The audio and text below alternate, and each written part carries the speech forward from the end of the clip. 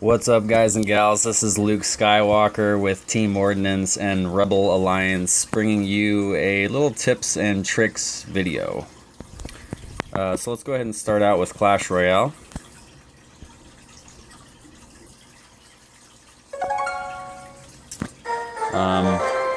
Just so I can show you guys my little nerd setup here. I got, usually when I'm on Clash of Clans or this, I got all my tablets and devices laid out. I'm sure you guys know I have multiple accounts, but I just want to show you guys my dorky setup. Here's all my tablets. It's pretty ridiculous, and got all my monitors and everything going. Yeah, I'm a complete dork, I know. I'm sure you guys hear running water in my videos. Yes, I do have aquariums. I promise I'm not doing these videos in the bathroom. So, alright, let's get right into Clash Royale. I know a lot of you have been getting frustrated with Clash Royale. Just like Clash of Clans, it's not a well-balanced game yet. You know, they're still fixing things, adjusting, you know, how Supercell does. Hopefully it's for the best and not for the worst like they've been doing with Clash of Clans. So I just want to go over a few tips and tricks that will hopefully help you guys out with your gameplay, because, I mean, some days with this game, you win a lot, you lose a lot. This game definitely gets really frustrating, so I want to help you guys out. That's what I like to do. Alright, so let's go ahead and take my log real quick so I can show you guys. Okay, so I know a lot of you have been having issues defending against the hog freeze combo. That is such a popular combination right now, and it's really hard to combat. It's really hard to kind of fight against, because, you know, they get the hog in there and you drop troops down, they freeze your troops in your tower, and the hog rider gets like 3 or 4 shots on your tower, and they just rely on that combination throughout the whole 3 minutes to get one tower down. And once they got that tower down, you're just like, man, like, this guy has no skill. He just keeps using the same thing over and over. So I want to help you guys fight against that. So let's go ahead and watch this replay real quick.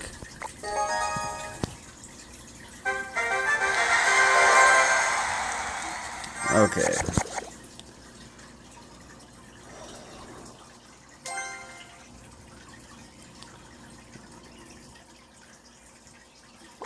When your elixir gets to 10, I like to kind of give it a second, but not too long, just so that you don't waste a lot of elixir, and that way you can kind of see which lane they're going to choose.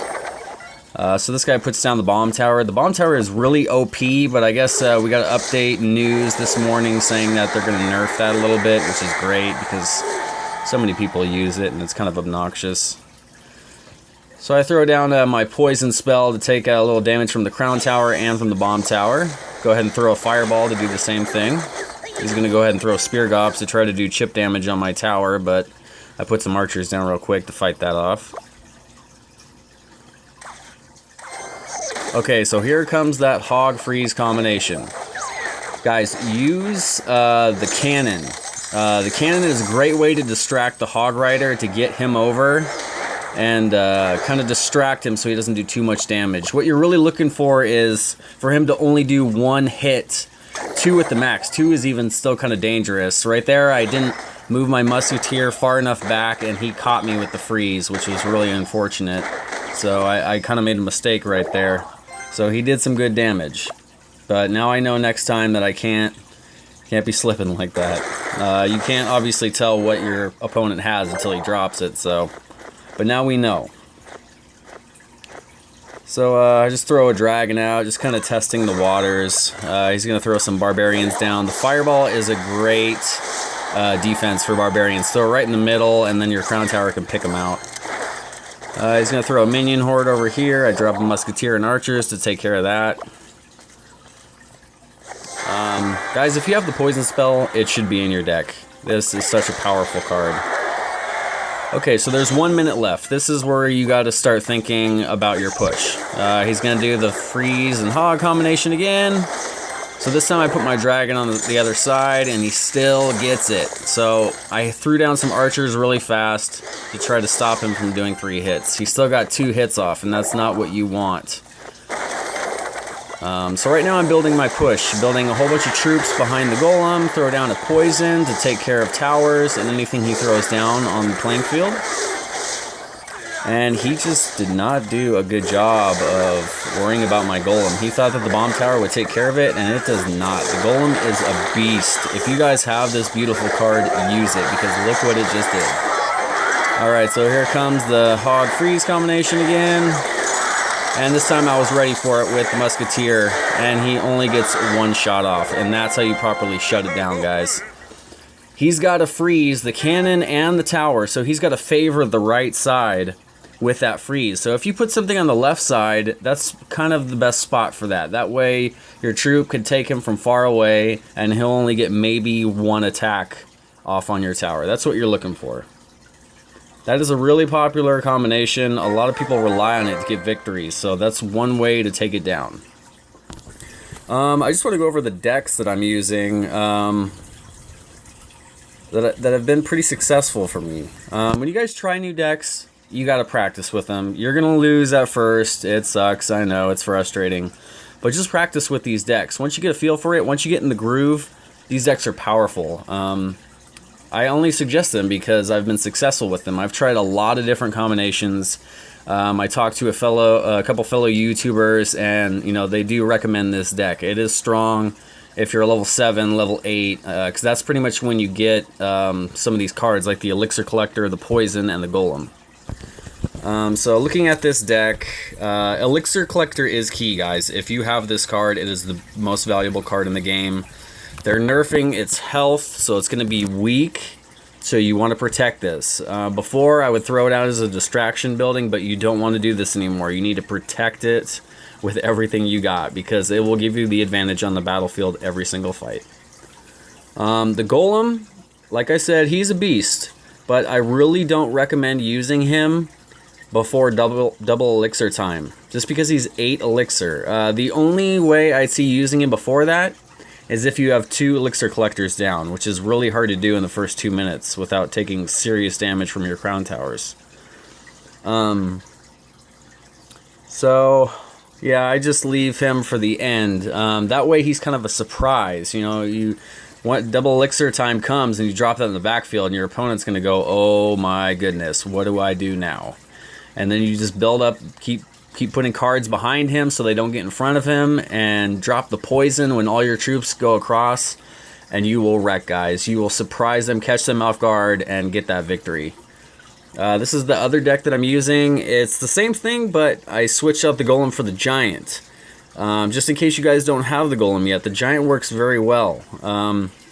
When I kind of hit 6 level 7, I stopped using him. I didn't think he was that good, but after watching the Clash Royale tournament, the winner, Jason, was so powerful with that Giant. He did some serious work. If you guys haven't seen the tournament, check it out on YouTube. It's really easy to find. But this kid did some work with the Giant, and I've been slowly figuring out that he is powerful, and he is a great card. And if you build up a push behind him, just like the Golem, he can do work. So let's go ahead and check out the other deck. This deck is pretty much like my third deck, but the only difference is that I took out the Spear Gobs for the Mirror card. The Mirror card is a great card. I only have level 1 Mirror card because I had to buy it, just like the Golem and the Poison and the Dark Prince and pretty much all the best cards I had to buy. They really screwed me on chests with this account. But the Mirror card is strong, guys. It can come in handy if you need to throw something down real fast that you just threw down. It's there for you. Double elixir collectors, musketeers, golems, even the poison spell. It's a great card to mirror something. It's really popular among the elite players. So I definitely recommend using it if you don't have some of those other cards like I showed you. Okay, so a few things that I do want to talk about with this game with some tips. Here's one of them.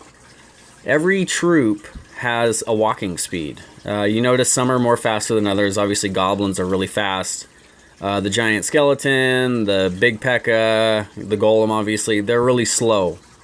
So with that, you just kind of want to estimate how long is it going to take their troops to get across the bridge and getting firing range of our crown tower so that it can help us out, plus have troops down at that exact same time. If you can kind of estimate when you need to drop and where you need to drop your troops so that you time it perfectly, that will help you out so much, guys. That is a big skill to have. I know it's just one more silly thing to worry about in this game. It's a little fast-paced sometimes, so it can be overwhelming, but that's one thing you can practice on, is just kind of guesstimate where they're going to finally reach across the bridge and be in firing range so you can just overwhelm it, especially those powerful giants and P.E.K.K.A.s and golems, like I said. So that's one thing to learn. Another thing is when you're dropping these powerful troops, these tanky troops, you want to drop them in the backfield, okay? And just like I said before, the reason for that is you want to build up troops behind them. You want to gain elixir by the time they finally get to the bridge. Because if you just drop troops at the bridge, you're not going to have a lot of elixir to back them up. So you're just kind of throwing it away. So unless it's double elixir time and you got them on their heels and you're pushing really hard, fine, throw stuff at the bridge. But if you're just throwing stuff at the beginning, don't do that. Just throw it in the backfield. If they're not coming in with troops, always throw troops in the backfield. That will build up your elixir and give you more attacking strategy. Another thing that I wanted to talk to you guys about, it's called kiting, aka luring. When you see someone coming at you with a prince and he's charging, you don't want him to attack your crown tower, obviously, with that powerful charge. Drop like a 2 or a 3 elixir card right in the middle of your side of the battlefield, obviously.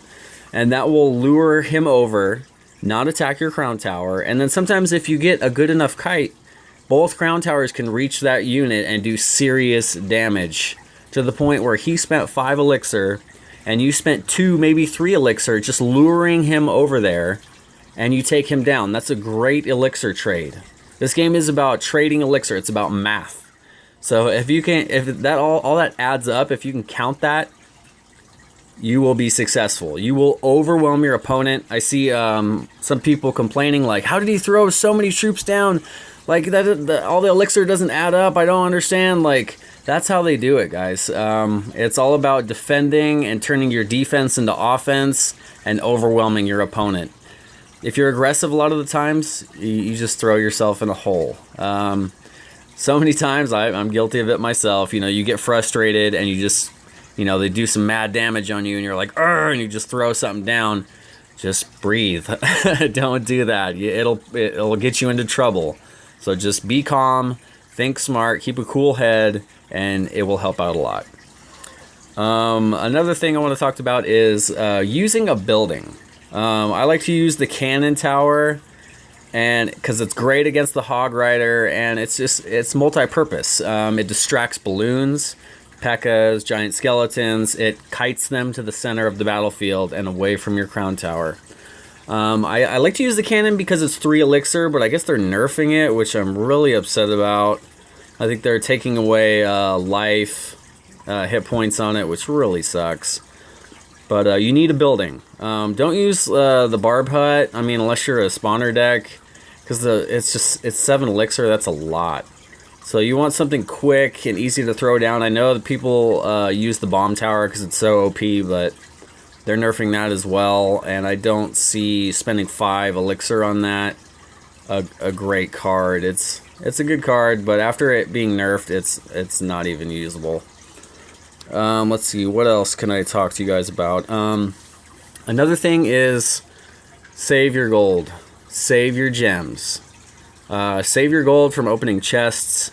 Because when there's something good in that shop, you need to have 2K on deck all the time to get that nice card that you want that they're not giving you in those frickin' chests. I've had to buy so many cards, saving up 2,000 gold from opening chests, buying the golem. I think I've bought like 2 or 3 golem cards, which is like $6 grand, buying the poison, buying the elixir collector, the dark prince. You got to have 2K on deck. Especially on Epic Sundays, sometimes they dish out some tasty cards, and you need that gold to get those cards. Because, this game is all by random and luck, and they dish out whatever they feel like dishing out. So, that's something I recommend doing. Save your gems. Don't waste your gems opening chests early. I know it's very tempting, but don't do that. Save gems. Save 60 gems. Get that 1,000 gold. I know it doesn't seem like much, but it's worth it. Gold is very valuable. I know in my first video I went over don't upgrade your cards just to upgrade them to make yourself the next level up. That's just like rushing in Clash of Clans. I do not advise it. Right now I just went to level 8 finally, but I was killing it as a level 7 in Royal Arena because I am what they call a stealth level. That's what the YouTubers call it. It's when you're a low level, but you have like the next level up, like style of cards, level of cards. So people underestimate you, and you just walk right over them because they think, oh, I'm level 9 and I'm fighting a level 7. I've beaten like 75% of the level 9s I've gone up against is because they underestimate me. So that's one thing I definitely recommend. Don't upgrade cards you're not going to use. Find 2 or 3 decks that you like and focus on just upgrading those cards. Request for cards every day, twice if you can. It's every 8 hours, so get those 2 requests in. You know, we're all here to help each other out, and that really helps. Like I said earlier, you know, this game can be frustrating. Good days and bad days. I had a bad day the other day. I think I lost like 200 trophies in like, I don't know, 20 minutes. And it sucks, you know. You get paired up with not necessarily stronger players, but every deck is different. Every deck is not going to work against some decks. So you may think, oh, this guy's a lower level than me, I got this. But his deck, the cards that he's using, that they just don't work with your deck. They're going to be more powerful. They're just going to overwhelm you because you don't have things to defend or counter against those cards. So, you know, just this game, there's hundreds and probably thousands of different combinations. I think there's 48 cards in this game. So there's so many different combinations that you could use. So, you know, just roll with the punches, and, you know, some days you'll have your bad days and some days you'll have your good days. All right, well, I think that's pretty good for Clash Royale. Let's go ahead and switch over to Clash of Clans.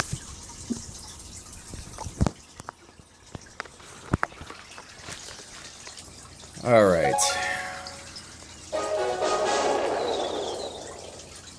This is the first time I'm using this software, so I'm not really sure how it's going to turn out on YouTube. So if you guys can, please comment or like or talk to me about it in chat. You know, I'm trying to make the best quality videos for you guys to help you guys out. Like you guys know, I love to share the knowledge so we can all have fun, we can all be successful and win these silly games that we are playing. Okay, so a few things that I want to talk to you guys about Clash of Clans that I've been noticing. You Town Hall 7s and 8s that still use dragon attacks. This is really important. After we lost the 30 seconds in that last terrible update, it's just really hard to 3-star. Really hard. Town Hall 7s and Town Hall 8s, most of our opponents are going to have those buildings in the corners. Okay, and this is what prevents the 3-star. So what you want to do is whatever side you are attacking on, use 1 dragon at each corner and kind of use that as your dragging pathing strategy. Like, work it into your pathing strategy. So that way, you know, you don't start out with dragons, I see a lot of people doing, just on one side of the base, and just forgetting about those 2 little buildings that are behind them that they could have just started out with putting 1 dragon at. If you need to, throw your Barbarian King down at one of the corners if you don't want to waste 2 dragons doing that. But work it into your dragon pathing. It is so important. That way, once your dragons get through the base and steamroll it, they just got those 2 corners to worry about, and you have plenty of time for that. This last war, we had so many high 90% attacks that were 3 stars. They're guaranteed 3 stars, but we didn't get them because we ran out of time. And it's just so frustrating.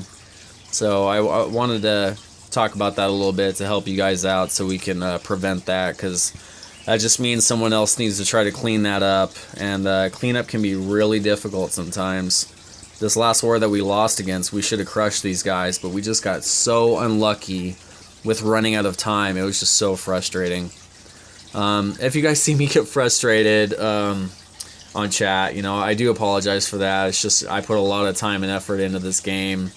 I want us to win all the time, In the end, it's just a game, so you just got to say, oh well, and we'll get them next time. But I do apologize if I get a little frustrated. I do care about our team a lot.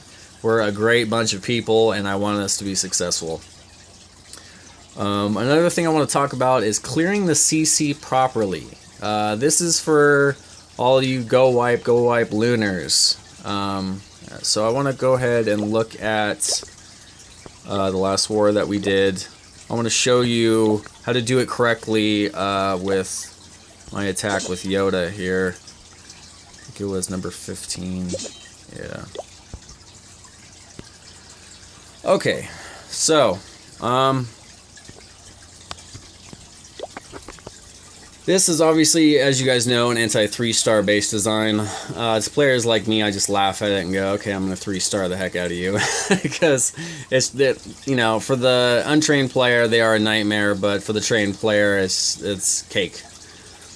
So when you're using the Go Wipe, I definitely recommend the Go Wipe Loon over it, obviously, like I've said before. You guys use this new Earthquake strategy. 2 heal spells, 3 earthquakes, and an earthquake in your CC. So when looking for where you want to use the quakes, I like to use them in the core, but with these anti-3-star base designs, you can't really do that. So I kind of picked a different location for that.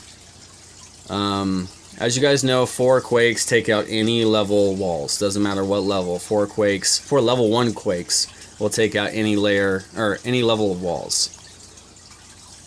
And when you're looking for where to attack, you want to attack on the side that has the most archer towers. That's very important.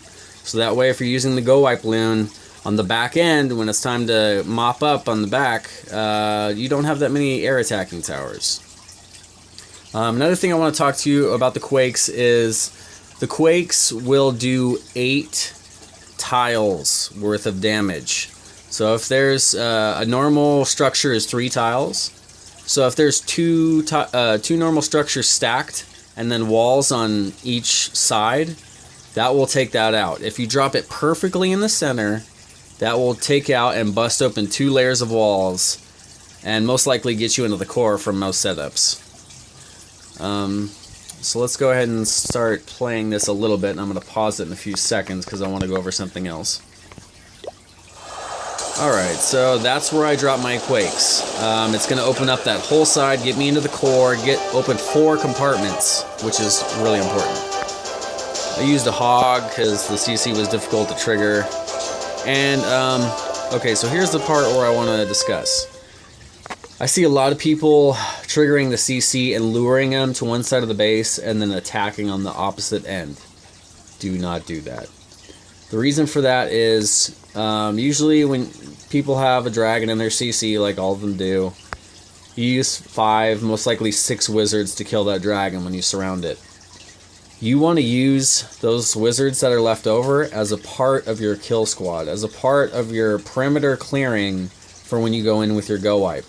Because otherwise the wizards are going to kill the dragon, you're going to start your attack on the other opposite end of the base, and then those wizards are just going to come in and just die by, like, outside archer towers and cannons.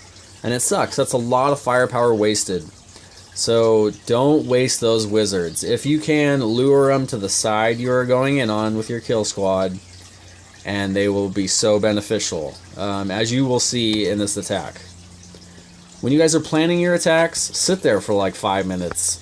Practice your drops. I know it sounds silly, but that really helps out, because when you hit that attack button, sometimes you're just frantically dropping stuff. You don't have a real battle plan planned out, and it just works against you. You start making silly decisions, and yeah, it's just it's not good sometimes. I can see it in people's drops sometimes. and then you're just really mad at yourself at the end. So definitely practice your strategy. You know, sit there and do the touches, and and it really will help, guys. I'm not joking around. It really will help. Okay, so go ahead and play. Go ahead and move my camera over here. All right, so when the dragon, whatever troop you lured, I like to use a barbarian sometimes just because he's really slow and it draws a lot of time for the dragon to get over there. Before he actually shoots that first breath of fire to take out that troop, surround the dragon really fast with 5 or 6 wizards, and that way you'll pretty much kill the dragon before he takes out 1 or 2 wizards, which is great. That's what you're looking for. So right there, he got 2 of my wizards, and he's done. Okay, so now I start the go wipe. I got those 3 wizards doing damage. Killing an archer tower, working their way over the side. So that's what I'm talking about, guys. Use those wizards. I clear out the perimeter building so I can create my funnel. Heal spell drops are really important. You got 2 of them. The first one is going to be when you kind of get in there. You want to keep your golems alive and obviously your wizards alive. The second spell drop is very important. I see a lot of people kind of just throw it in the wrong spot. You want to focus on taking out the air defense. That is your main objective. So if you see wizards heading for that last air defense, make sure they're protected. I had a lot of my kill squad up top, but I went with healing 2 or 3 wizards plus the golems because that needed to be done. So right now I'm doing the loons on the outside to clean up those air attacking towers. Gun for the air attacking towers first. That way, once they're down, there's nothing to kill those loons, and they will just mop the base up. And that's pretty much it. Now it's just all about cleanup. Always save a wizard for cleanup. You guys know how I feel about that. It will make a 3-star. Sometimes you don't have that extra troop, that extra wizard, and you will run out of time and not get a building far away. So save a wizard, guys. I know a lot of you have been really good with that, and I'm so stoked to see that. And yeah, that's about it.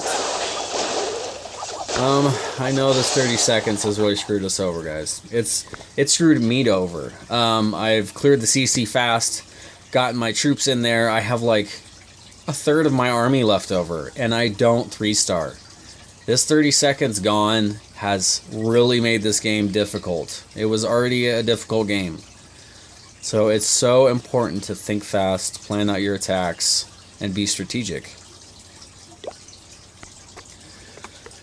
Alright, well, we're in a war right now, so I gotta get to filling up our CCs here. I'm kind of slacking.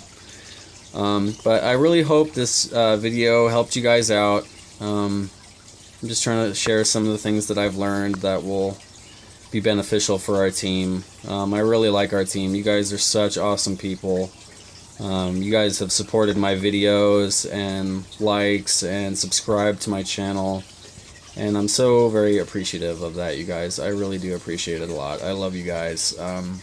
And I'm looking forward to many more wars with you guys. Alright, well that'll wrap it up. This is Luke Skywalker with Team Ordnance and Rebel Alliance. I will catch you guys next time.